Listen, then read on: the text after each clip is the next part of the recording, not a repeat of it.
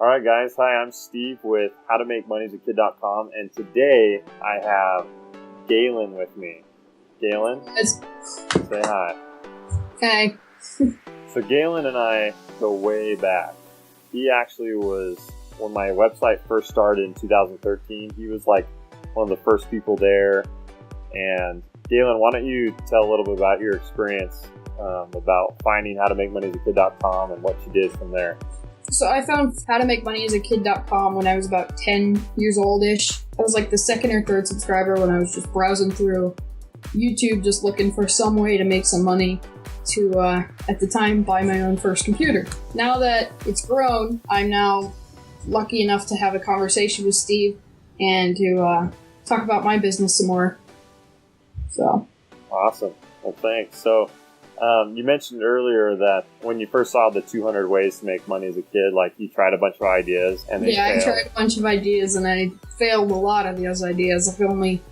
I could say I'd probably tried about 40 ideas, and only about 2 of them worked for me when I was a little 10-year-old. What did that teach you then? That not everything's for everyone. So, little 10-year-old me trying to paint a fence to help my neighbor doesn't work out so well. That's a great point you make.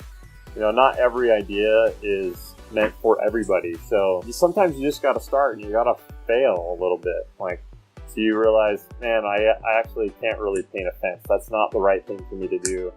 But the cool thing is you just kept going, and now you have found a business that you can do as a 13-year-old that leverages your strengths, right? Yeah. My dad actually told me this, that you have to pass failure to get to success. That's awesome. So now I fix devices like these small iPods, old iPods that are just fried, cracked, or broken screen, something broken, or computers or consoles and stuff. And people come very not frequently right now, but once I get it built and stuff, I can get people to start coming to me, and I fix their electronics some way or the other. Awesome. So we were talking a little bit earlier, and Galen said so far what he's been doing is he's bought some like broken iPods, broken iPhones from garage sales for like $5, right? Yeah. Tell us a little about iPod Classic. It's the 5th generation. This is one that I got for $5. Right now, in its current condition, it's probably valued at $60 to $80 now that it's fixed and fully usable and it's fully wiped. So I do that and I resell them on Craigslist or eBay or Amazon, wherever feels convenient for people that want to actually buy it. Because some of my friends actually also reach out to me and they buy some of those devices. So what are your end goals with your business? So if we can understand what you want to get to, then we can understand, what you need to do to get to that point. Eventually I want to get to the point where I can just sit down and just work on a project as just like a pastime or something like that. So I charge about $20 total. Usually I find like a glass or a screen for like $5 at that, and I make about a $15 profit each time. I think you could charge a ton more. Have you ever done research on how much like a professional business charges for that kind of stuff? So I actually just recently completely shattered my phone, and I had to take it into a company called Ureg iFix, and they charged me $270 for it. Okay. And so I intentionally want to go low so I get more business and more business and more business. And when I get that more business, then my prices will start going up. But right now, as a small business, I need to keep my prices low. Yeah, I mean, it's good to keep your prices low, especially as a kid, I think. But I think your prices are a little too low, actually. I would probably raise them. If they charge $200 and you're charging $20, yeah, I think you could charge like $50 to $80 and be totally fine. Yeah. At least $50. I don't think you should charge anything less than $50. Okay. And I don't think it will slow down business at all. So. Well, it also depends on the device, because Apple devices are a lot more of a pain to work with, along with Microsoft consoles like the 360 original and the 360 Slim. I've actually worked on an Xbox One for my friend, and that wasn't as bad as my 360 experience with the Red Ring of Death that a lot of people know about. I definitely think you should charge more. Yeah. Like, $50 at least. For you to get your business to the point to where you can start getting customers and almost get behind on projects and deals, you need to do some marketing. You need to get some advertising, get the word out. Yeah.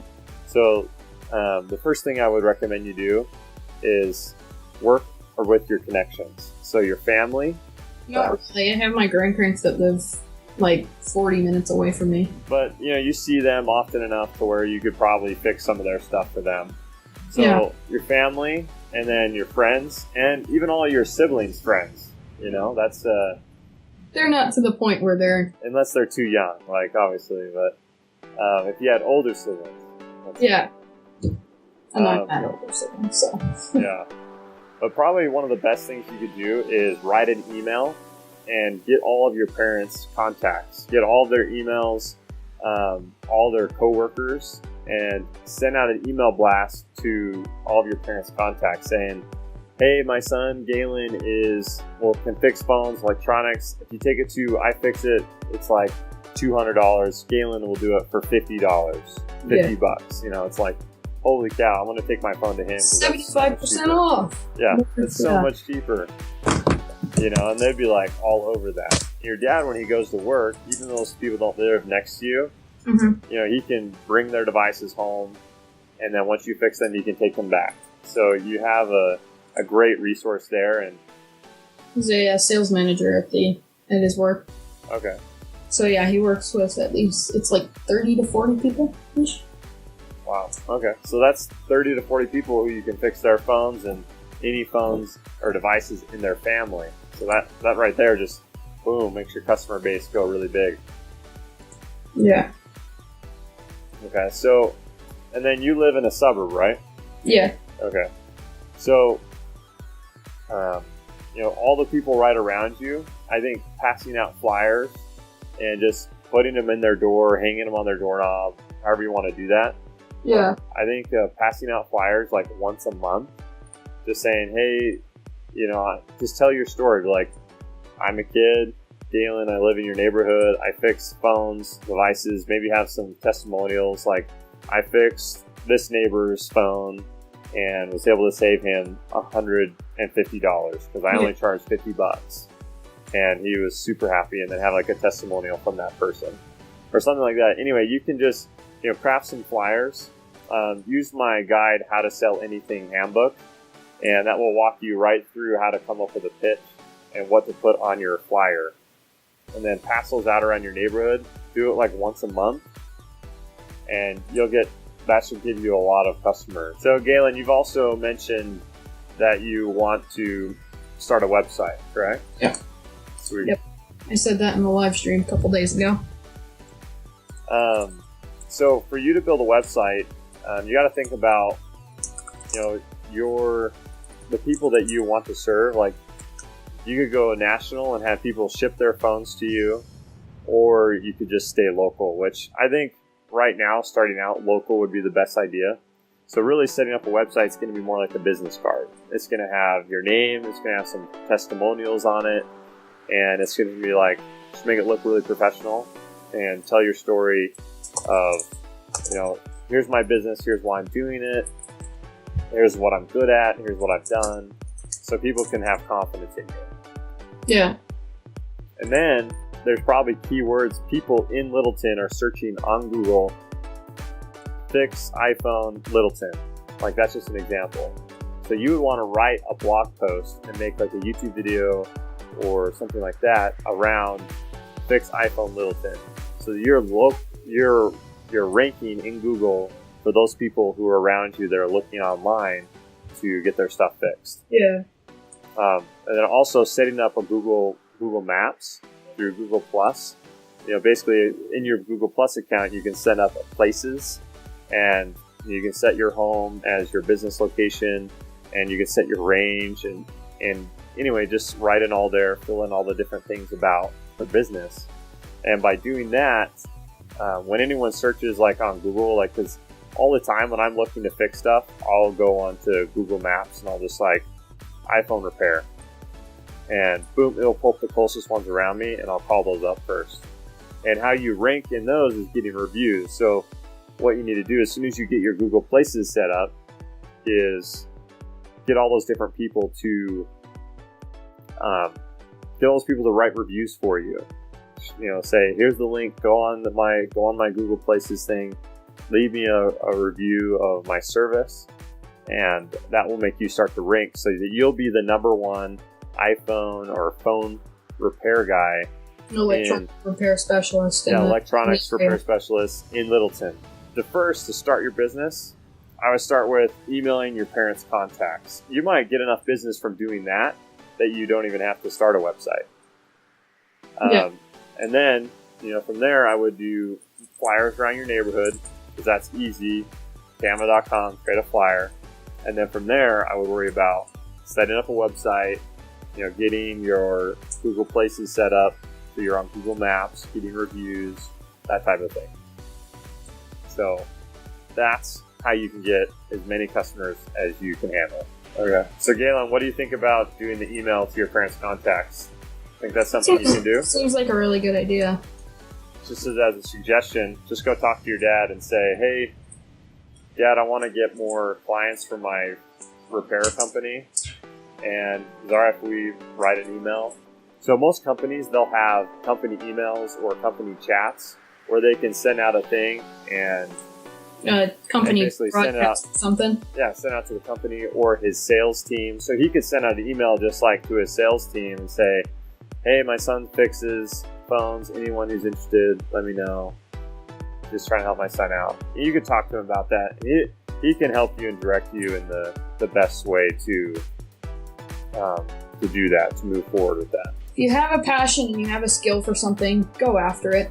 Don't just wait around if you know you have the skill for it. How did you discover you had the skill for this, your electronics repair? So actually a couple years ago when I was 10 and a half, almost turning 11, I dropped my iPad. And and then I realized I hate Apple repairs at first because they're so annoying to take apart. But I still do them. And that I helped my dad repair it because he's like, you know, you can help me do this because you dropped it. And yeah, so then I found my passion right then and there. Then you got the idea, well, maybe I should do this as a business to make some extra money. That's awesome. Yeah, it's simple as that. I think as a kid, a lot of things, to really find your passion, a lot of times you just have to try things. Like you said, you tried 30 ideas when you first started. 30 or 40-ish, yeah. Well, it took more than that. It took 30 or 40 ideas that you tried to realize, wow, I don't like these things. But if you never did that, you wouldn't know. You know, how would you know if you were passionate about painting fences or not? Well, awesome, Galen. Thank you a ton, man. Yeah. It's been a fun conversation. If you guys want to go subscribe to my YouTube channel, I'm doing a little bit of stop animation. Cool. Yeah, what's your YouTube channel? It's just Galen Neckvissel. Is that just where you just take pictures with your camera of Legos or something? Or actually, yeah, I did Legos. Hold on. With both this camera, it's a lot more difficult to use, but I also use this app called PicPack on my phone. And that's where I do most of my stop animation through PicPack. Okay, so it's just an app on your phone? Yeah. So what do you use? Do you use Legos or use clay things? So I use Lego sets. I actually did my first stop animation on a Lego. I'm working on another one. I'm going to take my wall and I'm going to do a whole sticky note one eventually. That's awesome. Oh. That's super cool. Yeah, I've done some stop animation before. It's a lot of fun. It takes a lot of time. It's super fun. Yeah. So, okay. Yeah. Alright, well, guys, follow your dreams if you have the idea for doing a business.